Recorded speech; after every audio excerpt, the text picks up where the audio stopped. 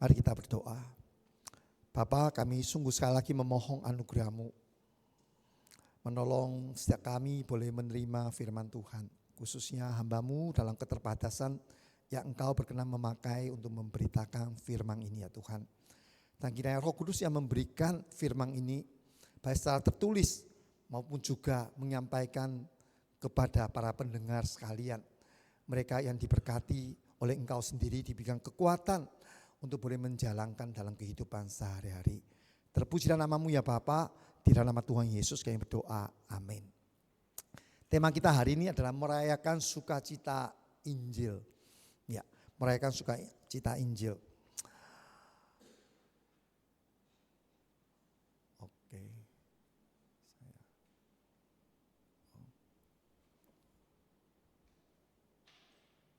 Sama. Oh, sorry. Saya terbalik. Bapak Ibu saudara sekalian, pada waktu seseorang percaya kepada Injil, apa yang terjadi? Sudah tema kita ya, sukacita gitu ya. Memang betul ada sukacita waktu Bapak Ibu terima Injil pertama kali. Apa respon Bapak Ibu waktu terima Injil? Sukacita? Sukacita ya harusnya ya. Kan kabar baik gitu ya. Kalau Anda terima itu bukan sebagai kabar baik, nah ngapain terima gitu ya. Kalau namanya kabar baik, kita terima sebuah kabar baik pasti respon pertama adalah sukacita. Tapi sebelum daripada itu yang terjadi di surga ya. Lukas pasal 15 ya, perumpamaan Tuhan Yesus memberikan 3 perumpamaan tentang cinta kasih Allah kepada manusia, menggambarkan tentang keterhilangan manusia dan Yesus datang mencari ya, tentang domba yang hilang ya. 100 ekor domba hilang, 1 dicariin gitu ya. Tentang 10 dirham ya, 10 mata uang yang hilang 1 dicariin terus, rumah dibersihkan gitu ya. Dan tentang anak yang hilang. Anak yang hilang ini gambaran sangat sangat jelas gitu ya. Sangat kontekstual dengan kita hari ini masih relevan. Khususnya mungkin punya keluarga, punya anak gitu ya. Anak beberapa gitu, selalu ada anak yang hilang, anak yang sulit ya. Biasa saya diberitahu, biasa anak nomor 2 ya. Saya punya anak 3 kan. Biasa orang sudah ngomong anak yang 2 ini susah gitu. Ya, soal-soal sulit itu. Dan selalu kesimpulan terakhir apa? Kata yang sama ada apa? Lukas 15 ayat 7. Aku berkata kepadamu demikian akan ada sukacita di surga. Ya, belum lagi yang lain, kita belum ngomong diri kita. Sukacita di surga karena 1 orang berdosa yang bertobat. Lebih daripada sukacita karena 99 orang benar yang tidak memerlukan pertobatan. Tentu gak ada orang yang gak perlu pertobatan. Cuma Yesus ini ngomong perumpamaan nyindir. Orang Farisi itu merasa diri benar. Ya. Kira mereka yang menghuni surga cukup gitu ya. Bagi Tuhan tidak. Ya. Yang lebih mendatangkan sukacita adalah orang-orang Farisi, ya, orang-orang pemungut cukai, ya, orang-orang yang miskin, ya, orang-orang mungkin yang nggak benar gitu, tapi mereka mau cari Tuhan, mau bertobat. Itu lebih berkenan di hati Bapak daripada mereka merasa dirinya benar gitu ya, nggak pernah melakukan ini dan itu, ya itu. Ayat 10 mengatakan apa? Aku berkata kepadamu demikian juga akan ada sukacita pada malaikat-malaikat Allah karena 1 orang berdosa yang bertobat. Wah luar biasa. Ya. Sebelum kita ngomong kita yang bersukacita, surga itu bersukacita. Bayangkan, pada hari ini kita ini belum tentu kadang ada tanya pasti, oh ya ada jemaat baru yang baru percaya dibaptiskan. Oh ya udah selamat ya gitu ya. Belum tentu kita ada sukacita seperti itu. Ya. Dan terakhirnya ayah yang menerima anaknya kembali ini ngomong sama kokongnya itu anak sulungnya. Kita patut bersukacita dan bergembira karena adikmu yang telah mati. Nah posisi mati ini menjadi hidup kembali. Ia telah hilang dan didapatkan kembali. Ini sukacita Bapa di surga, Bapak Ibu saudara sekalian. Kenapa? Ya saya mikirkan beberapa hal ini. Bapa di surga pernah ngomong sukacita.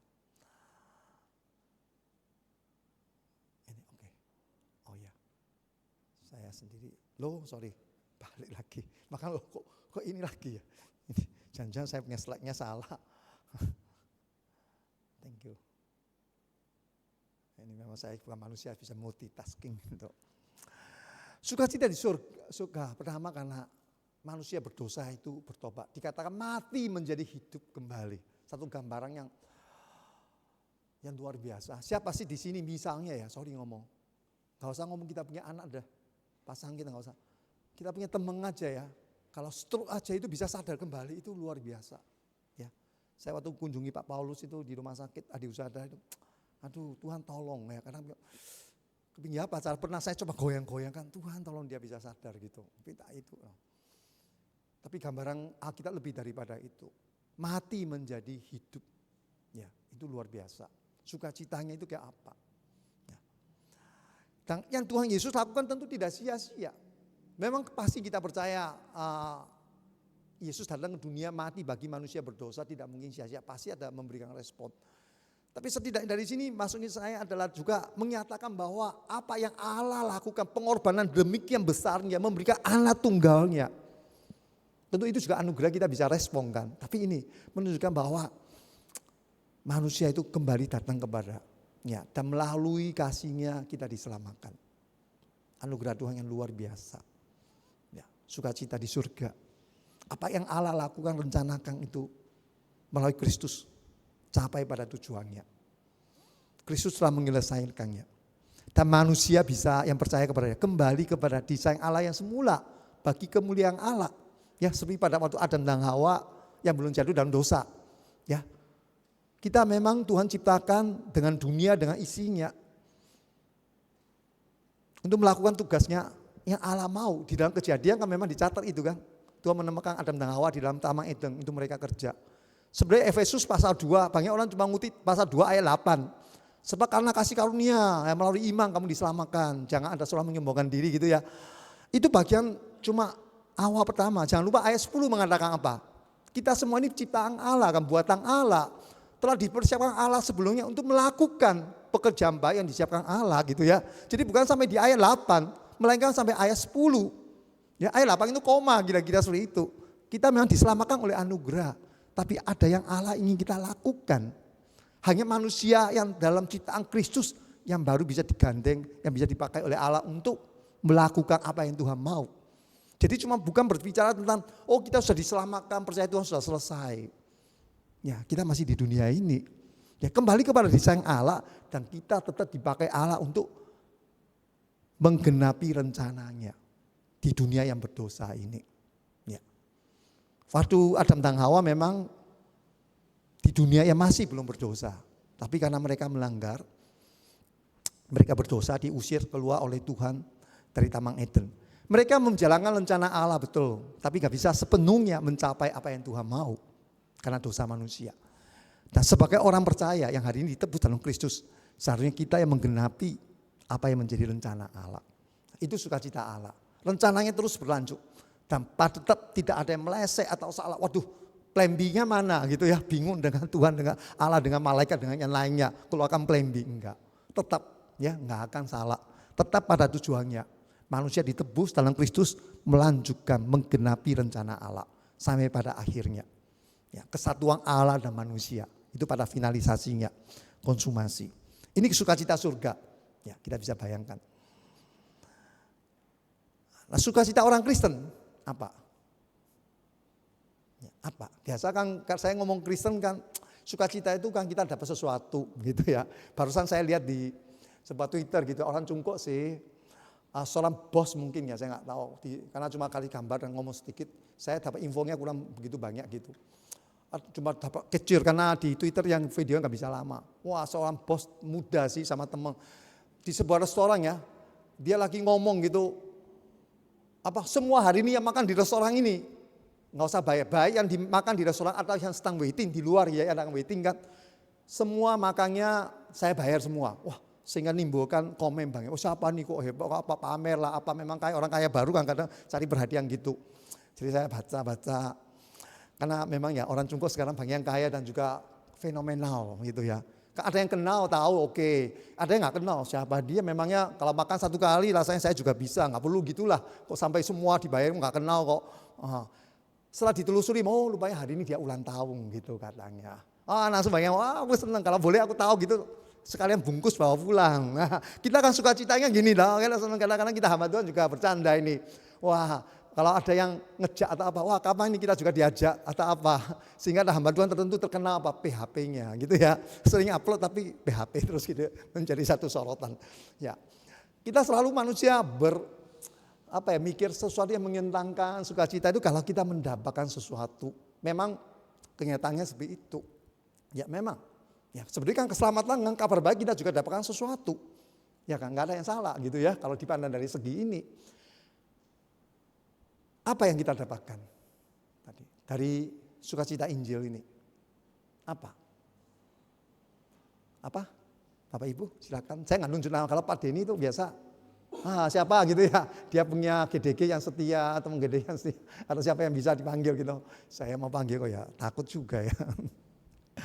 Apa sih yang kita peroleh yang membuat kita sukacita? Apa?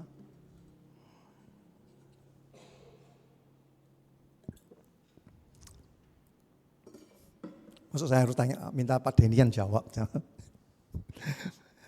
Bapak Ibu, mungkin karena terlalu gampang ya, saya sungkan nggak berani. Tetap Bapak Ibu tahu semua bahwa kita jadi orang Kristen, hal yang paling jelas tentu adalah keselamatan kita kan. Keselamatan kita. Hidup yang kekal ya, keselamatan kita, hidup yang kekal ini yang paling mendasar, yang menjadi sukacita. Tentu ini hidup kekal karena kita begitu yakin ya kepastian hidup yang kekal karena Allah mengasihi. Yesus yang menyertai kita, Yesus telah melakukannya bagi kita dan buktinya Roh Kudus diberikan kepada kita, memateraikan kita, memberikan kita kasih karunia. Ini hal yang paling mendasar. Bapak Ibu saudara sekalian, saya sebenarnya bukan termasuk orang yang gampang percaya Injil juga. Walaupun keluarga besar saya sebenarnya saya keluarga orang Kristen, termasuk Toto ya di Cungkok, orang tua saya, nenek saya itu Kristen. Tapi nggak begitu mudah. Nah saya kan maksudnya generasi baru itu punya pengaruh dari komunis juga. Karena papa saya kan gak terlalu beriman. Generasi papa saya sama papa saya punya koko di Cungkok itu sudah pengaruh komunisnya luar biasa. Merasa agama itu tahyul dan juga ya dipercaya orang tua-tua lah, engkomak gitu. Saya sebagai orang muda generasi baru merasa gengsi dong. Mana percaya sama orang tua yang nenek-nenek. Mesti saya kalau ikut yang lebih muda. Bagiannya papa saya yang orang muda kan lagi ketrengnya itu. Memuja Mao Zedong, memuja apa gitu ada. Di Indonesia dulu Fajr juga ada terpecah. Antara yang Taiwan atau yang China gitu sama. Saya nggak begitu muda. Tapi satu hal yang terakhir saya percaya Tuhan adalah saya punya nenek sebenarnya. Yang nenek yang saya ngomong bukan yang bapak ibu yang kenal. Yang nenek dari mama saya bukan. Tapi nenek dari papa yang di China. Ya dulu kecil saya pernah tinggal sama dia. Nah dia ini orang Kristen juga. Dia setia berdoa. Saya tahu dia setia berdoa tiap malam karena saya tinggal sama beliau. Saya sedih hati karena beliau itu meninggal cukup muda, umur 60-an karena kena kanker liver ya. Ada hepatitis B. Ya orang dulu nggak tahu. Muda tapi saya bersyukur. Ya itu anugerah Tuhan bagi beliau. Masih muda ya dalam waktu yang cepat. Dan membuat saya katakan juga justru saya nggak bisa berjumpa dengan dia, nggak bisa ngomong terima kasih. Tapi karena iman Kristen ini yang saya ingat beliau adalah seorang saleh yang berdoa sama Tuhan. Dan setelah saya remaja, saya juga di sini ya untuk percaya Tuhan itu dulu di remaja di Shenzhen. Waktu dulu awal cuma ikut-ikutan. Salah satu ada keselamatan yang diajarkan, yang diberitakan firman Tuhan. Kenapa? Keselamatan itu membuat saya nyadari bahwa perpisahan saya dengan nenek saya yang paling saya kasihi itu apa? Sementara bukan? Yang biasa kita kalau khotbah di penghiburan selalu, ini perpisahan sementara. Ada satu waktu kita akan berjumpa kembali. Nah bagi saya sebagai manusia, ini adalah sebuah jawaban yang ultimate, yang paling mendasar, paling penting bagi saya sebagai manusia di hidup di dunia ini. Karena Bapak Ibu Saudara dengan saya, seberapa Anda hebat di dunia ini, seberapa berhasil Anda hari ini, akhirnya semua kita akan kembali kepada kuburan 1 kali 2 dan gak bawa apa-apa kan, sama kan. Anda boleh menjadi orang paling kaya, ya nggak usah ngomong paling Surabaya lah, paling kaya se-Surabaya, paling berkuasa, umur paling panjang. Tapi akhirnya kan itu, nggak ada artinya kalau Anda tidak punya satu pengharapan akan hidup yang kekal. Berbeda di dalam Kristus, di dalam anugerah Allah, kita memiliki hidup yang kekal ini. Ini yang mendasar semua. Kenapa? Hidup kita itu gak berakhir pada kuburan itu. Hidup kita tidak berakhir pada kekosongan itu. Tapi hidup kita masih berkelanjutan pada nanti. Apa yang hari ini yang gak bisa kita peroleh di dunia ini. Ibrani kan juga mengatakan mereka merindukan tapi gak dapat. Ya Ibrani 13. Ya. Tapi nanti Tuhan sediakan sesuatu yang jauh lebih baik. Nah itulah pengharapan kita. Dan ini yang paling mendasar yang membuat kita sukacita. Sehingga mungkin hari ini kita rela meninggalkan yang sementara di dunia ini. Kita rugi gak apa-apa. Kita kehilangan tertentu materi gak apa-apa. Kenapa?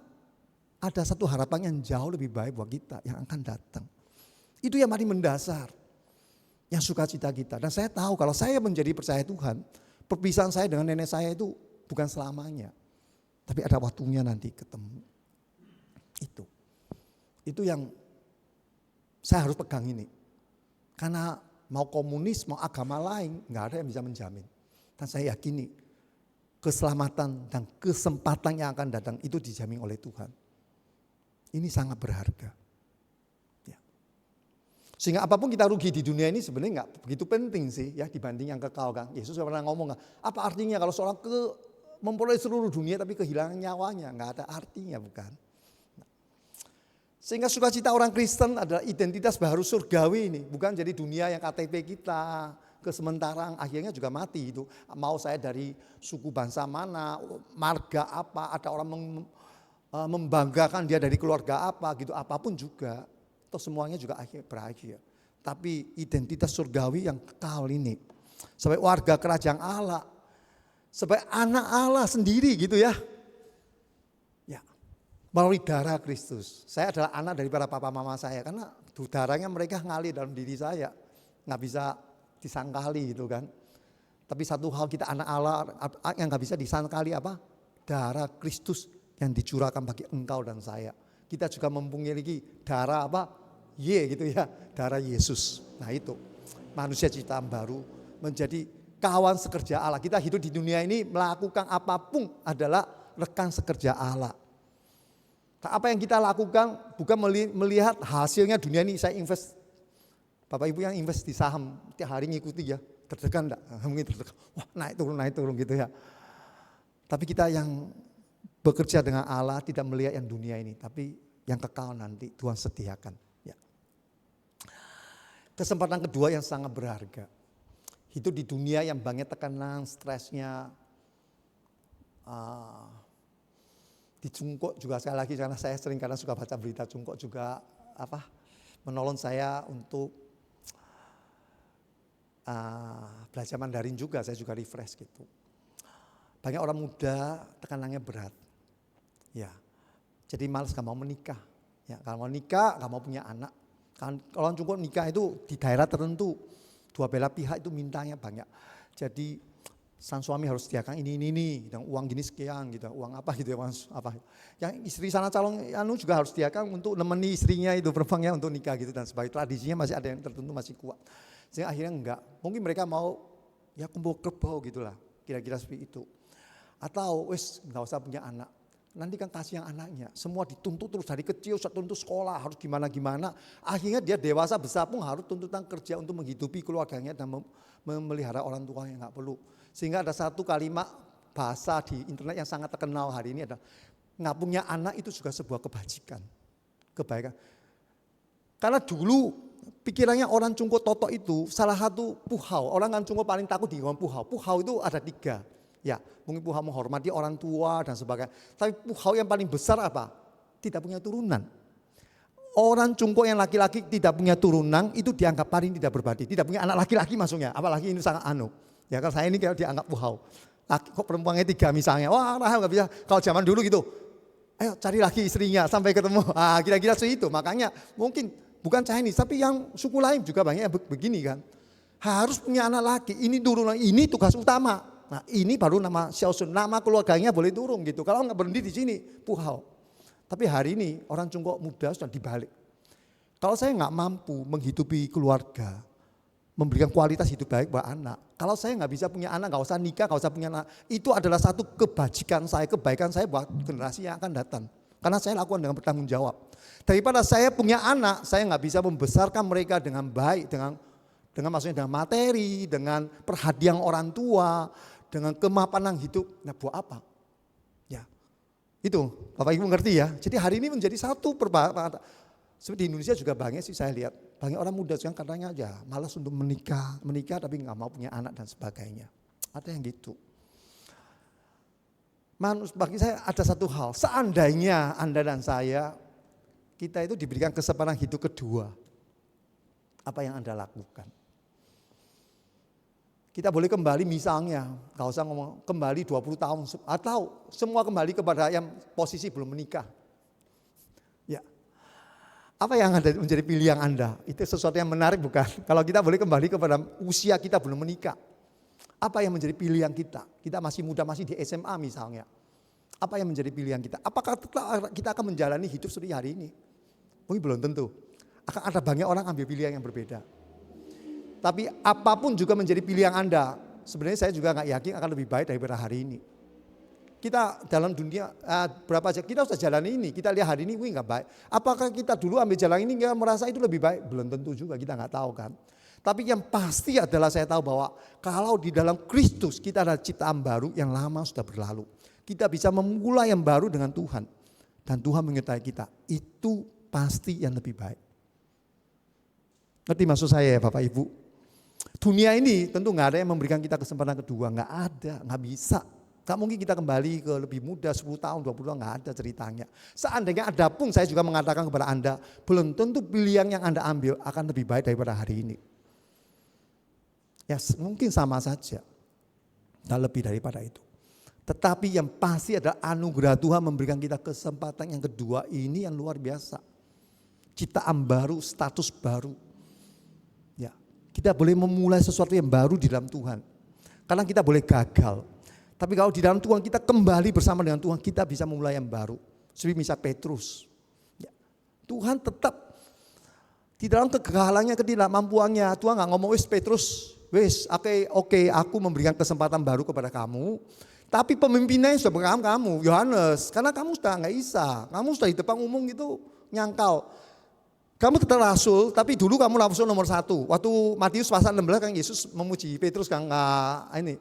Sekarang nggak, kamu kembali, kamu nomor buntut Yohanes sekarang posisinya. Karena setelah manusia akan begini, di dalam manusia apapun kamu gagal, kamu harus mulai ini. Yang lainnya yang akan dimajukan. Tapi Petrus tetap Petrus. Apa yang Tuhan janjikan kepada dia bahwa Petrus kamu pemimpin. Kamu tetap pemimpin.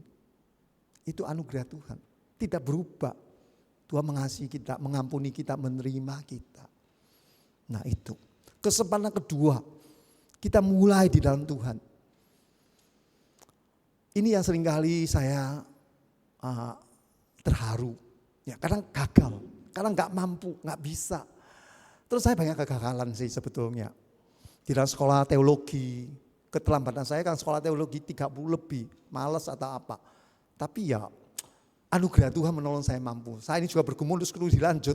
Karena juga lihat yang sekolah ternyata bukan saya mau bawa anak-anak. Waduh mau daftar anak-anak sekolah itu memusingkan, lebih pusing daripada saya daftar saya sendiri. Karena aduh Tuhan ini. Ya cobalah dijalani, kalau memang Tuhan punya kehendak ya saya coba jalani. Tuhan itu ajaib, dia itu memberikan kesempatan terus. Kita kalau bos, Anda punya pembantu Anda curi barang Anda, ketahuan, Anda usir. Kembali cari kerja masih mau percaya, terima enggak? Maksud saya, anak karyawan, pembantu gitu, gagal sekali kita mau cari yang baru aja gak mau pakai. Tapi kita berapa kali mengkecewakan Tuhan. Kita ingin mencuri uang Tuhan, kita berbohong. Tuhan tahu semua. Tapi Tuhan kita tetap mau diterima, dipakai. Dan Tuhan tidak nginggung-nginggung. Santai, gak nginggung. Tetap dalam posisi saya hamba Tuhan. Kalau Anda tahu saya siapa, hari ini mungkin saya gak berani berdiri di sini ngomong. Tuhan tahu. Tuhan yang mempercayakan pelayanan ini buat saya. Tapi manusia yang tahu, saya gak layak mungkin berdiri di sini. Ini saya katakan, ini anugerah Tuhan luar biasa. Luar biasa. Ya.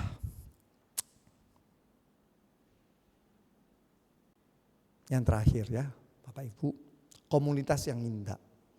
Di dalam PL ini sudah ada, ya Mazmur 133 Mazmur Daud ini. Sungguh alangkah baiknya dan indahnya apabila saudara-saudara diam bersama dengan rukun.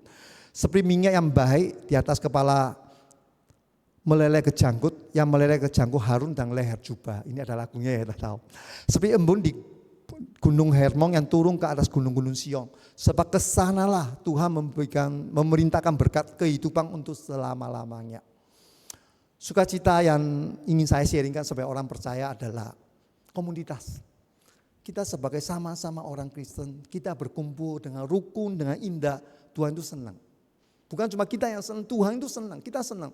Ya saya kira dulu mungkin juga memang bebannya beda ya, waktu remaja baru percaya Tuhan gitu.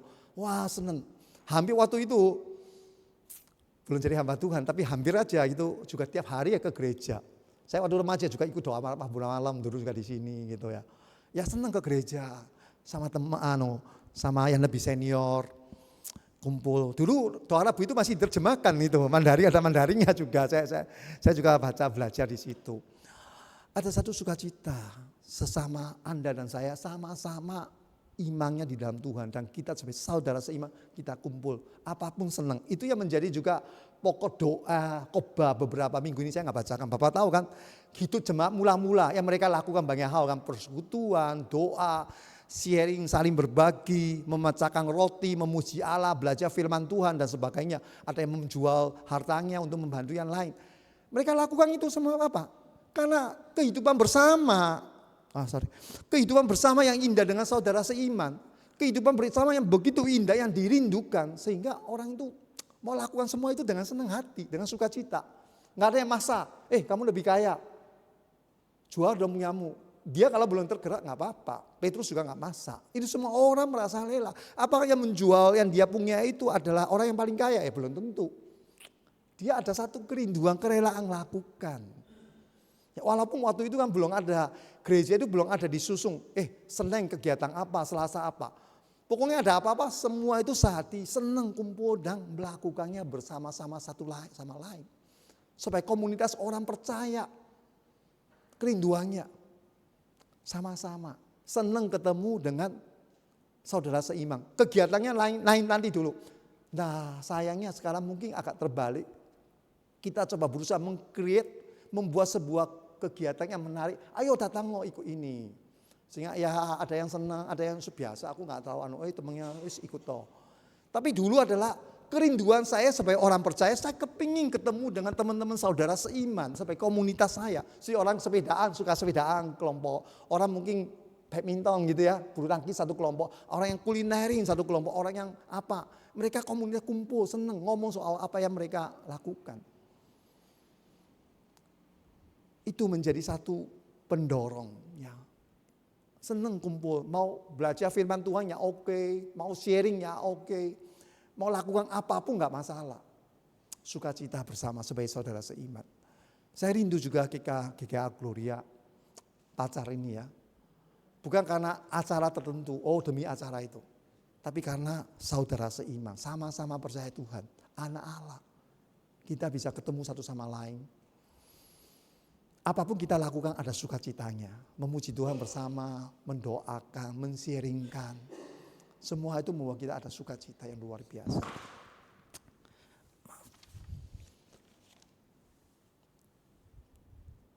Itulah kerinduan. Ya.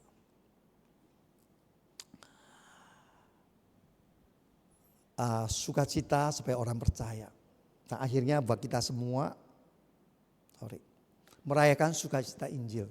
Apa merayakannya? Tentu bukan kita makan-makan. Malam ini ada enggak, Pak Sino? Ada yang ulang tahun? Kopi. Kopi nanti. Saya lupa ngomong ini mesti sediain sesuatu ini. Enggak. Tentu merayakan sukacita Injil itu boleh. Jadi ada perjamuan kasih enggak apa-apa. Itu juga jemaat mula-mula melakukan itu kok. Kalau enggak ada itu ya enggak apa-apa, gitu ya. Ya kita merayakan sukacita adalah tentu menceritakan kabar baik. Itu nggak bisa lepas. Saya tetap percaya bahwa memang ada karunia tertentu orang lakukan A, B, main musik, memimpin, ya mengajar dan sebagainya. Tapi satu hal bagi saya semua orang mesti ada dan bisa, yaitu bersaksi tentang Injil. Ya, karena semua orang kita bisa bercerita kepada temannya kan, punya teman dan bisa ngomong. Ya, bukan karena butuh sesuatu karunia khusus. Mungkin karunia khusus ada orang bisa menceritakan kepada 100 orang, 50 orang. Saya cuma bisa 1 orang, ya nggak apa-apa. Nah itu, menceritakan dan juga perubahan hidup kita. Itu yang Paulus lakukan sebetulnya. Saya lihat berapa kali Paulus selalu ngomong kesaksiannya. Bagaimana saya dulu penganiaya jemaat. Tapi setelah itu saya percaya dan saya itu berubah. Saya itu nggak layak. Saya ini penganiaya jemaat dan saya sekarang sudah diubah, dipakai. Maka saya kerja lebih keras. Nah Paulus selalu ngomong gitu. Perubahannya. Kalau kita sudah sungguh di dalam Injil, pasti ada satu perubahan. Dalam diri kita, Injil itu mengubah kita. Dan itu kita bisa ceritakan. Itu. Simple itu aja. Paulus saja berapa kali ngomong begitu kok. Dalam surat-suratnya. Selalu dia ceritakan kok. Itu. Yang pertama. Kedua, kegairaan yang tadi saya ngomong. Kita kumpul sama saudara seiman. Kita beribadah dengan sukacita, dengan syukur dan gairah. Lagunya kadang saya kadang ada mengeluh juga. Ini soal keluhan saya kalau ngomong KU1 ya. Saya kepingin kalau bisa lebih banyak KPPK yang agak lama tadi saya banyak KPPK. Karena saya kebanyakan bisanya KPPK gitu ya. Kalau agak modern sedikit saya kurang ngikuti. Karena memang saya bukan orang yang ngikuti lagu rohani yang baru dan sebagainya. Jadi kepingin kalau bisa KU1 lebih Tapi ya saya nggak tahu, kembali kepada teman-teman yang lebih tahu ibadah, melihat jemaatnya. Tapi saya pribadi kadang karena nggak bisa, maksudnya lagu yang baru aku kurang bisa nyanyi. Tapi kembali, kalau kita semua memang dipenuhi dengan sukacita, dengan saudara seiman, maka perbedaan itu nggak jadi masalah gitu loh. Oh iya saya nggak terlalu bisa, saya akan terdorong untuk mempelajari. Itu. Tapi kalau saya nggak ada sukacita datangnya, cuma menuntut perhatian kepada diri saya. Waduh lagunya kok gini, oh MC-nya kok gitu, kok pilih lagunya kayak gini. Saya nggak mau kalau lain kali dia mimpin. Nah gitu. Tapi karena saudara seiman, lagunya nggak terlalu bisa nggak apa-apa. Saya akan perhatikan, saya akan pelajari. Nah itu. Jadi itu Injil, sukacita itu menjadi kegairahan kita dalam ibadah, melayani. Karena Injil itu, kegairahan itu. Itu menjadi pelayanan kita. Dan juga motivasi kita untuk mereka yang belum percaya dong, bersaksi bagi mereka melalui kehidupan kita, mengasihi mereka pun kita tidak lelah, ya. Walaupun kadang memang sering ditolak, mereka nggak suka kita memberitakan Injil, tapi mungkin dengan cara yang lain. Karena kegairahan itu nggak bisa dibendung, dan terus menerus. Maka Tuhan juga menolong kita dengan berbagai cara untuk menyaksikan Injil kepada mereka yang belum percaya. Ya mungkin dulu kita merasa nggak layak, kita nggak mau, atau mereka yang kita dimusuhi dan sebagainya. Kalau sukacita, kegairahan Injil itu ada, kita akan terus menerus. Kita tidak akan merasa kecewa, putus asa, tertolak. Tidak. Karena sukacita itu. Kita senang sesuatu, kita akan terus lakukan dan memberitakan. Ya. Tuhan memberkati. Ya, mari kita bersatu di dalam doa. Bapak yang makasih, kami sungguh bersyukur kepada Engkau ya Tuhan, anugerah Tuhan luar biasa. Karena Engkau Allah yang kami juga hari ini mengatakan kami pasti juga tidak malu menyebut Engkau sebagai Tuhan Allah yang mengasihi kami. Allah yang satu-satunya yang tahu kami dan Sang Pencipta segala sesuatu. Karena Engkau menyelesaikan satu masalah yang kami gak bisa selesaikan. Yaitu hidup kekal. Kami gak bisa berhadapan dengan dosa, maut, iblis. Tuhan telah menolong kami menyelesaikannya. Sehingga ada satu pengharapan yang pasti, hidup yang kekal. Dan demikian juga Engkau mengangkat kami menjadi anak-Mu, rekan sepelayanan. Sehingga hidup kami penuh makna.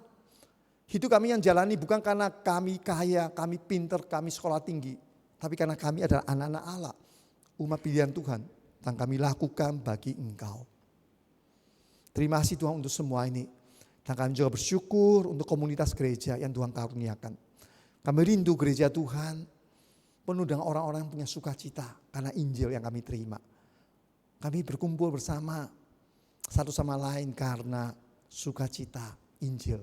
Bertemu dengan saudara seiman. Tuhan ada di tengah-tengah kami. Dan kami boleh melakukan pelayanan bersama-sama menjadi berkat bagi sesama. Terima kasih Tuhan untuk semua anugerah dan kebaikan-Mu ya Tuhan. Di dalam nama Tuhan Yesus kami berdoa. Amin.